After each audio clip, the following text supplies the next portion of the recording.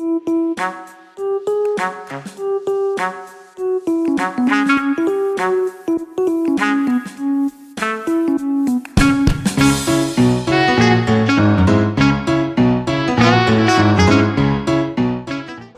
tout le monde! Donc là, je viens de m'installer rapidement pour partir cette vidéo parce que je viens de terminer le livre La ville s'en va d'Éléanore de Villepoix et c'est bon!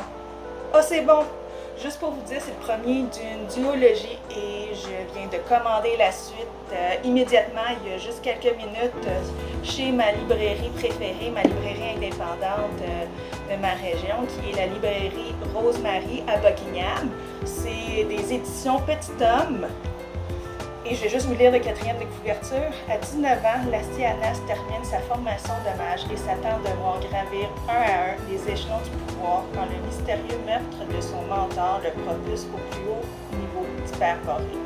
Son chemin semé d'embûches politiques va croiser celui d'Arca, une jeune guerrière à peine arrivée en ville et dotée d'un certain talent pour se sortir de situations périlleuses.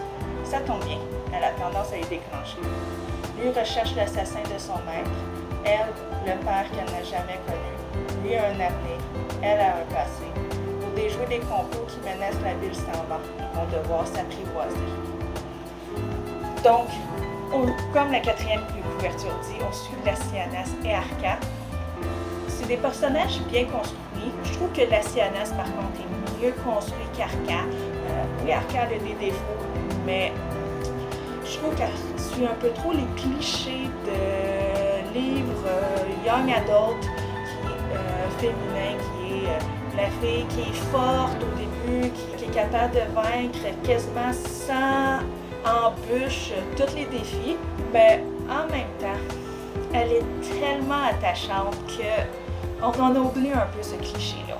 Puis, sans vous dire de punch, mais à la fin du livre, elle s'ouvre un peu plus, on voit un peu plus de fragilité, un peu plus de vulnérabilité qui nous rappelle que Arca, dans le livre, elle a 3 ans. Pas 3 ans, excusez-moi. Arca, dans le livre, elle a 13 ans. Lassie Anas aussi, il est bien construit. C'est un personnage qui a grandi au premier niveau d'Hyperborée. Le premier niveau dans Hyperborée, c'est le niveau le moins prestigieux, c'est le niveau où on sent le plus de pauvreté, c'est le niveau le plus malfamé. Puis, grâce à son ambition et son désir de se sortir de cet environnement-là, il est devenu mage. Ce qu'on apprend plus tard dans le livre, c'est pas vraiment un punch. Parce que on dit dès le départ qu'il vient du premier niveau d'Hyperborée, puis c'est décrit rapidement que le premier niveau d'Hyperborée, c'est le niveau le plus malfamé. Il y a 7 niveaux, le premier c'est le plus malfamé, puis le 7e c'est celui le plus prestigieux, où les mages vivent, où l'élite vit. Puis, on sent qu'il est rempli d'ambition, mais qu'à Hyperborée, pour pouvoir atteindre les niveaux les plus prestigieux, des fois, il faut faire des sacrifices au niveau éthique. Puis, ça ne correspond pas vraiment à sa personnalité. Donc, on sent que tout le long du livre, à chaque fois qu'il prend des décisions au niveau politique, que ça l'étouffe un peu. Je ne veux pas trop dire de spoiler, je l'ai vraiment aimé. C'est un livre que je recommande chaudement. Allez l'emprunter soit à votre bibliothèque ou chez votre librairie indépendante. En France, c'est sous les éditions Hachette. Puis, c'est un livre qui est sorti en 2020, donc c'est un livre quand même assez récent, fait par jeune auteur que je suis convaincue que vous allez bien aimer si vous aimez la fantasy. Puis, ce qui est bien, c'est qu'ils tombent pas trop des clichés classiques de fantasy, médiévale, avec la taverne, tout le kit.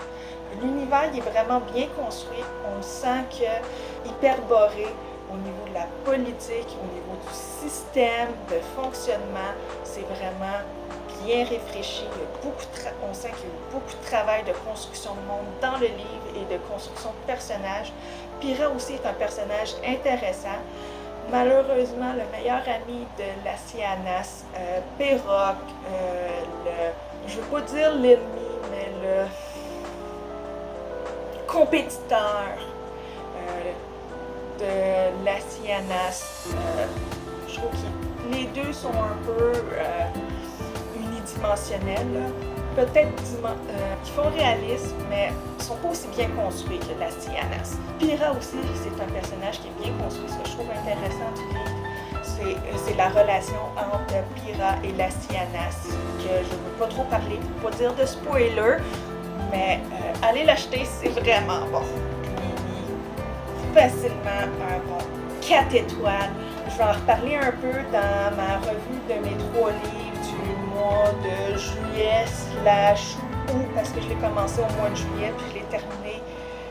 Je viens juste le terminer aujourd'hui.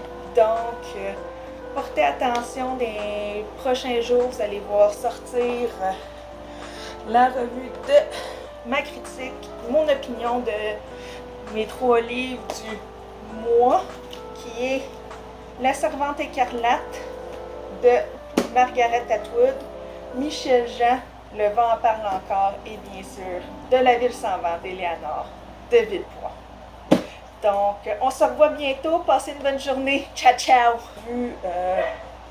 Ma revue du mois, c'est-à-dire que Bon, Cali!